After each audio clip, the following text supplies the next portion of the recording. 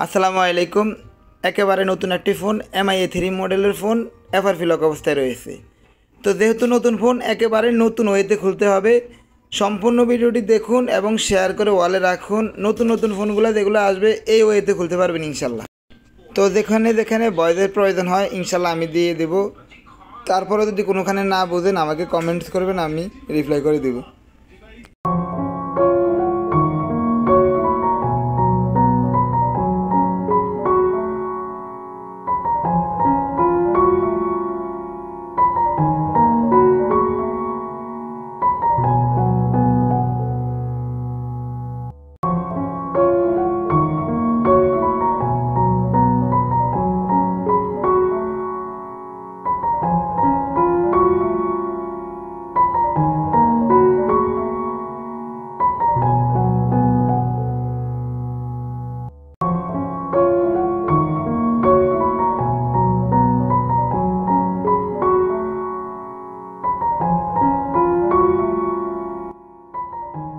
তো এখানে একটা ফিন লক সিম ব্যবহার করবেন।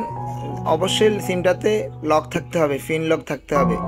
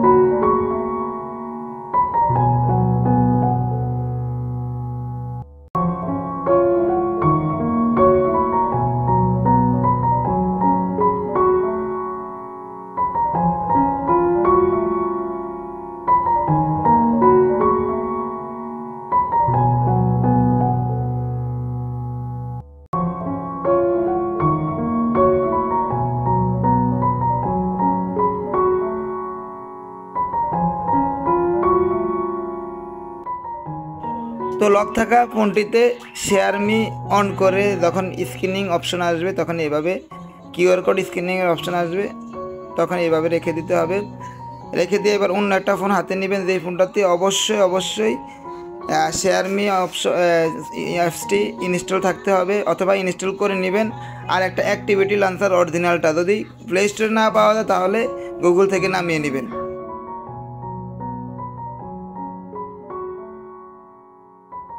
এরপর লক থাকা ফোনের সাথে কানেক্ট করে নেবেন।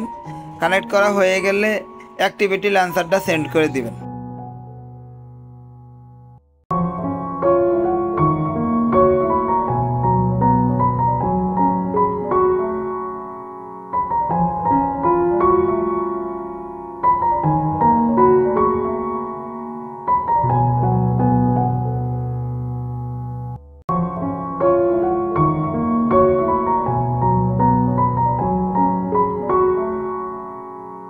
তো দেখতে পাচ্ছেন দুইটা ফোনের মধ্যেই কানেক্ট হয়ে গেছে। তো এবার আপনি এই নতুন ফোন থেকে লক থাকা ফোনের মধ্যে অ্যাক্টিভিটি লঞ্চারটা সেন্ড করে দেন। সেন্ড করা হয়ে গেলে ওই ফোনের মধ্যে আপনি এবার ইনস্টল দিয়ে নেন। লক থাকা ফোনে ইনস্টল করেন, ইনস্টল করে ওপেন করবেন। এই যে রানে চাপ দেন, রানে ক্লিক করার পর এখানে আপনি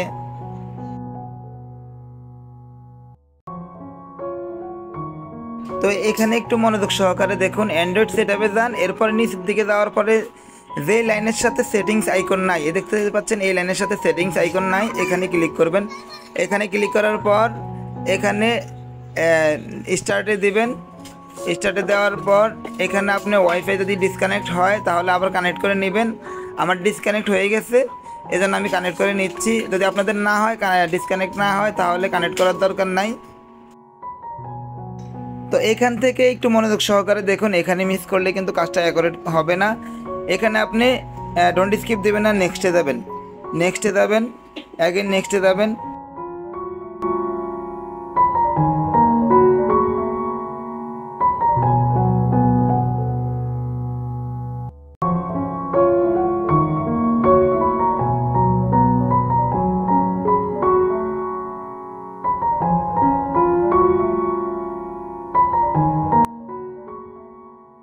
তো এইখানে এই অবস্থায় রেখে দিয়ে এবার আপনি আরও একটা ফোন হাতে নেন।